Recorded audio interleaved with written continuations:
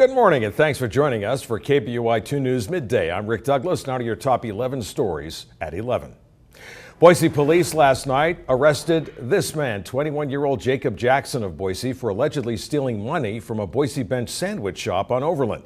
They say Jackson not only took money from that sandwich shop, but also had eaten a meal at another restaurant on Overland earlier and then left without paying. Jackson's been charged with robbery and petty theft. Police say he also had an outstanding warrant for his arrest. Construction in downtown Boise is about to cause even more headaches for drivers. Crews will close Main Street between 9th and Capitol while they erect a new tower crane. It began at 10 this morning and will happen again at the same time every day this week. The closures could last longer if there are slowdowns in that work.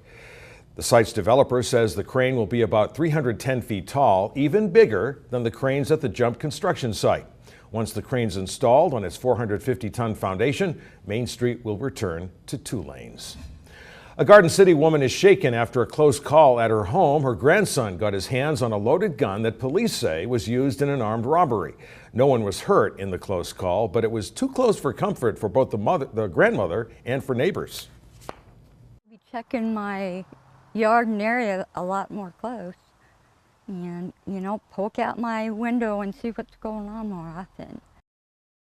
Meanwhile, the boy's grandmother is thankful no one was hurt, but she wants answers and accountability, saying the situation could have turned out so much differently because that gun should never have been so accessible to her grandson. The race for president on the Republican side is getting a bit crowded. Former Hewlett-Packard CEO Carly Fiorina officially threw her hat into the ring this morning. Fiorina posted on Twitter that she is running for president. She also launched a campaign website, carlyforpresident.com. Fiorina has never held public office. She ran for the Senate in California in 2010 and lost to incumbent Barbara Boxer. Fiorina plans to travel to Iowa, New Hampshire, and South Carolina this week.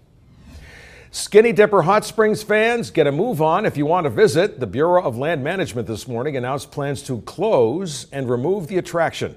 The closure date, though, is still up in the air. BLM says the series of warm water pools will be shut down and the area will be off limits to the public for 5 years. That's to allow the landscape about 4 miles east of Banks to return to its natural state. The USDA has released new numbers for U.S. dairy production, and it turns out that Idaho makes a whole lot of milk.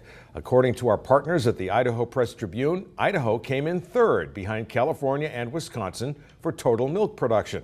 Last year, Idaho farmers churned out 13.4 billion pounds of milk from 575,000 cows. That's about 24,000 pounds of milk per cow. Nepal's finance minister says authorities still haven't reached some of the flattened remote villages from last month's earthquake. Landslides in Barpak, the epicenter of the quake, have cut off the village, making it hard for aid to reach there. Massive boulders block the road. What would have been a lifeline for so many just shut down.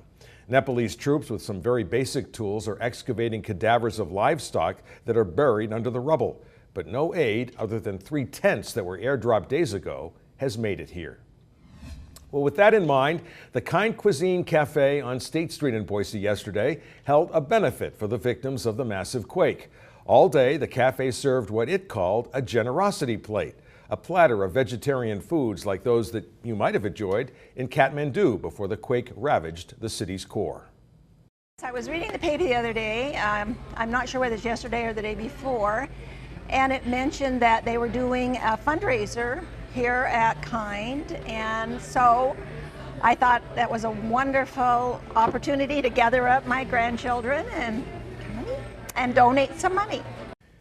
Kind Cafe's owner Michelle Reynolds said they raised $100 in the first hour that they were open Sunday. Being kind, she says, is very much a Nepalese thing, so giving back makes perfect sense. Idaho State Police are investigating the death of a 30-year-old Montana man in a one-vehicle crash near American Falls. Troopers say the man and woman were eastbound on I-86 yesterday when their car left the road and rolled. Joshua Cash of Anaconda died at the scene. His passenger, Julianne Baker, was sent by air ambulance to a hospital in Pocatello. Troopers say neither one was wearing a seatbelt. In Garland, Texas, near Dallas, 2 men were shot dead last night outside an exhibit of caricatures of the Prophet Muhammad. The men targeted the event center and hit a security guard who was wounded in the leg.